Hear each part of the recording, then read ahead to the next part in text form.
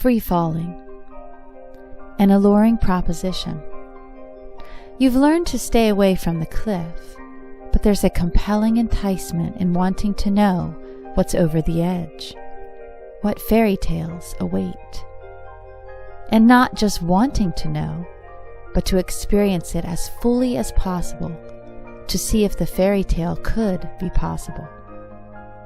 You may spend days pondering what's down below in the depths, or perhaps only minutes. In truth, it doesn't matter how much time you spend contemplating it. The moment you start deliberating, the decision to find out for sure has already been made. Your imagination has already gone there and returned to share all the wonders with you.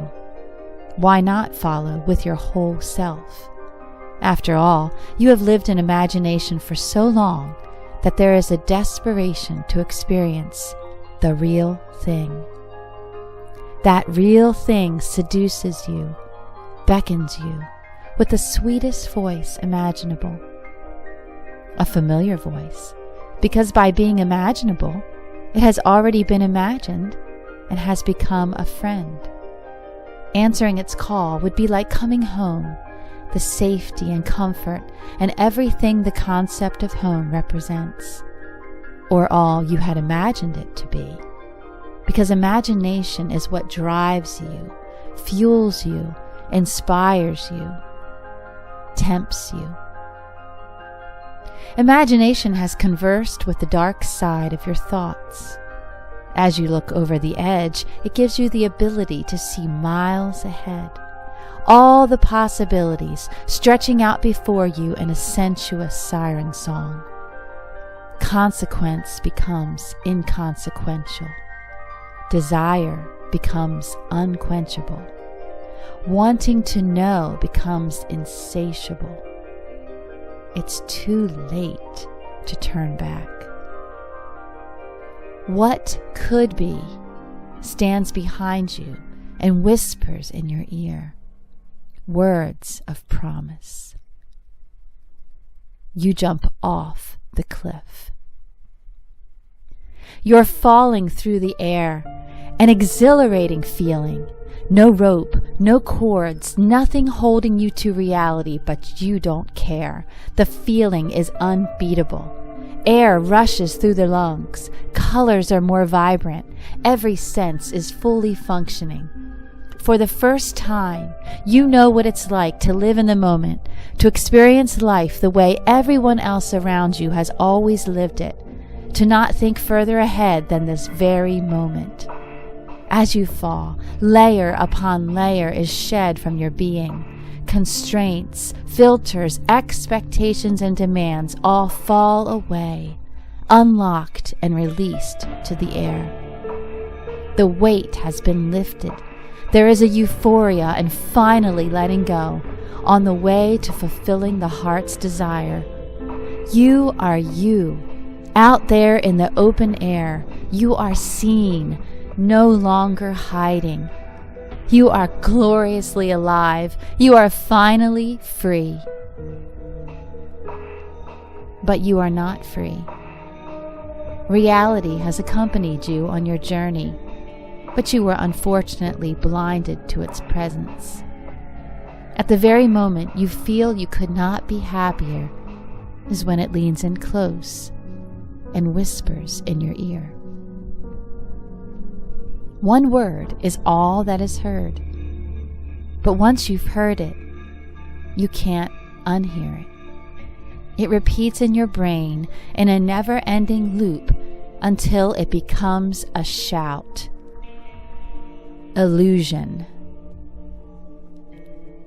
The moment you actually realize what you've done to yourself in hurling yourself over the cliff, the moment you realize this journey is nothing more than an illusion, is when the ride ends. You hit rock bottom. You are not yet dead, but you wish you were. You're lying there at the bottom of the canyon. Every bone in your body is broken. You can see the sky, so far away above, the place on the ledge where the journey had so magnificently begun. Everything in you is hurting beyond belief. There is nothing to do. You must lie there. Nothing moves except your mind. Your body can't move, but your mind never stops moving, turning thoughts over and over, the regrets, the what-ifs, the what might have beens. An echo sounds off the walls in the canyon of your mind. It's the promise from what could be, but the speaker has changed its name. What could be is now never to be had. Now the loss is real. You knew what you were missing before you plunged over the cliff, but you didn't really know. The loss only existed in your imagination. It wasn't real. The trip down through the canyon was real.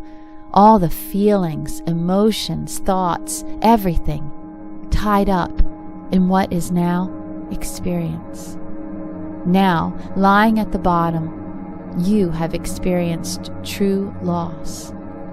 Before, there was a melancholy painfulness in what you wanted but did not have, a wistful reflection in what could be yours but was not. Now you know, in full technicolored emotion, what almost was. You tasted enough of it to know. In taking the plunge, you have lost it all. You are not the only thing shattered on the ground. Next to you are the shattered hopes and dreams and all the fairy tale longings.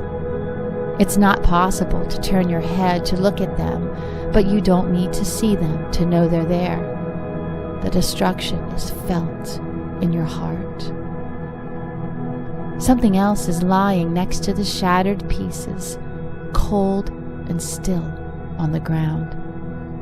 It's your imagination, beaten and battered, dead and gone. You can still see for miles, but no longer ahead, only behind. The miles above to the sky are clearly seen, but they are the miles which have already been traveled, miles which have already been experienced. Lying on your back, you can no longer look ahead.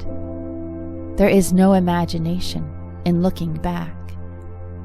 This is what your free-falling has cost you. You can no longer live, for you cannot exist without your imagination. It gave your soul its eyesight, and without it, you cannot see. Even though you are lying completely broken on the cold, hard ground, you spend your final moments reliving, revisiting, and reviewing the journey and the exquisite beauty of it all, no longer imagining, but remembering. It's all you have left. Living in the past, something that cannot drive you, fuel you, or inspire you. If that's not insanity, what is? And so, free-falling is not recommended. If you can't resist, tell your imagination to provide you a parachute.